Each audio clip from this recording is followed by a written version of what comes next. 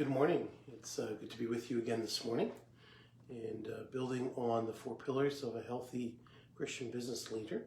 The pillars again are healthy relationships, biblical financial values, biblical spirituality, and balanced living. This week we're focusing on pillar number 2, which is biblical financial values. And the series that we're dealing with this week is simply, how much should I give? We've talked about tithing, yes or no. We've talked about giving is between you and God. Yesterday we talked about sacrificial giving. And today we're going to talk about the fact that it's not about your hurt and their gain. So it's not to your hurt and their gain. It's kind of the title for the talk today.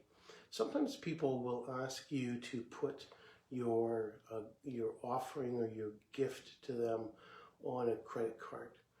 You listen to someone on TV or the radio, and they say, support us and just put it on your credit card, and that's fine if you are able to pay that back to your credit card. You have the money in the bank and you're going to pay your credit card off so that you're not going to incur any interest. Then sure, that's fine.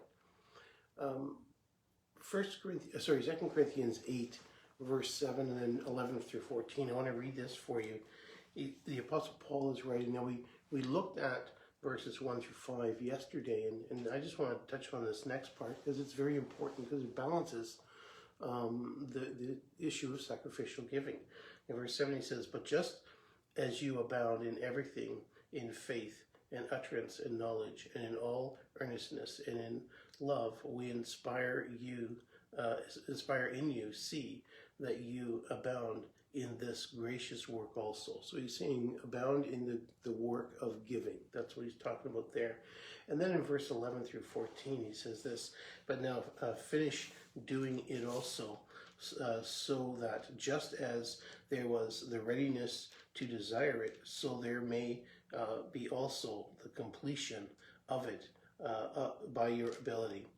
For if the readiness is present, it is acceptable according to what a person has, not according to what he does not have. For this is not for the ease of others and for your affliction, but by way of equality.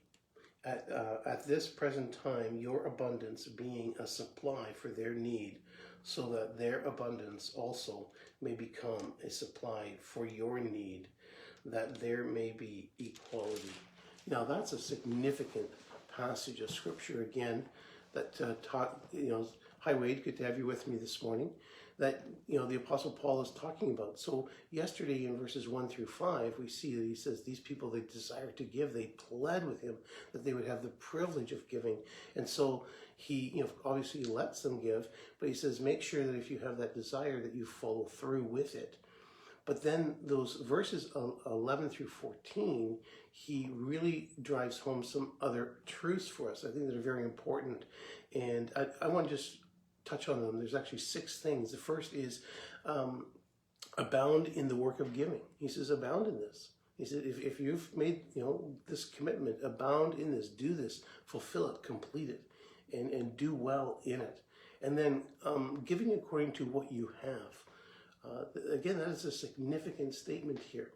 The New Testament principle of giving is not you going into debt so that you can help somebody else get out of debt. That's not the idea. It is you give out of the abundance that God has blessed you with. And so you give out of that. And so you give from what you have. And then the third point that Paul makes in this passage is this is not about them living in the lap of luxury. So it's not so that they can put air conditioning in their dog's, doghouse or anything like that. That is not what this giving is about. Again, remember in this passage, going back to the first 5 verses of chapter 8, the issue was that the church in Jerusalem was suffering. They were in poverty, and even though the Macedonian church was suffering and in great poverty, somehow they had more than the church in Jerusalem had, and they were willing to share the little they had to be able to help the church in Jerusalem. And so it's not about the church in Jerusalem now living in luxury while the church in Macedonia would be in poverty. In fact, he goes and he says it's about equality. It's about that balance. And if you look back in Acts, what we see in Acts is what the church did was, the people that had property, they would sell it and then they would share it amongst themselves. And so they would help each other out. And that is what this passage is teaching about the issue of giving. Again, it's about equality. It's about helping people out so that they are not suffering while you're living in the lap of luxury. And then your abundance is helping them in their need. And so that's, again, this idea that God has blessed you. And because God has blessed you, out of that blessing, you're helping someone else. And then one day, maybe, they will return the favor. Now get this, and this is important, we don't give with the intent of receiving back. We don't give with the intent of getting them, I'm going to give to you, but man, when I am in need, you're going to have to. No, it's none of that. It is literally the reality is that out of the blessing that God has blessed me with, I'm going to give, and there could be a time when I get into a position where I am in need, and by the grace of God, He'll lay it upon their heart or the heart of somebody else to help me in my time of need. So that is what he's talking about there. One day they will potentially return the favor.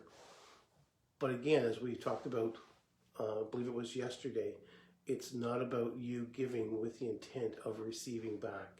So today, as you go about your day, ask yourself, am I using my abundance to help meet the needs of someone else? And then finally, may we treat those around us with kindness. The scriptures say that if you see a need and you are able to meet the need, then there is a responsibility that God has placed upon us to help out. May the Lord bless you and have a great day.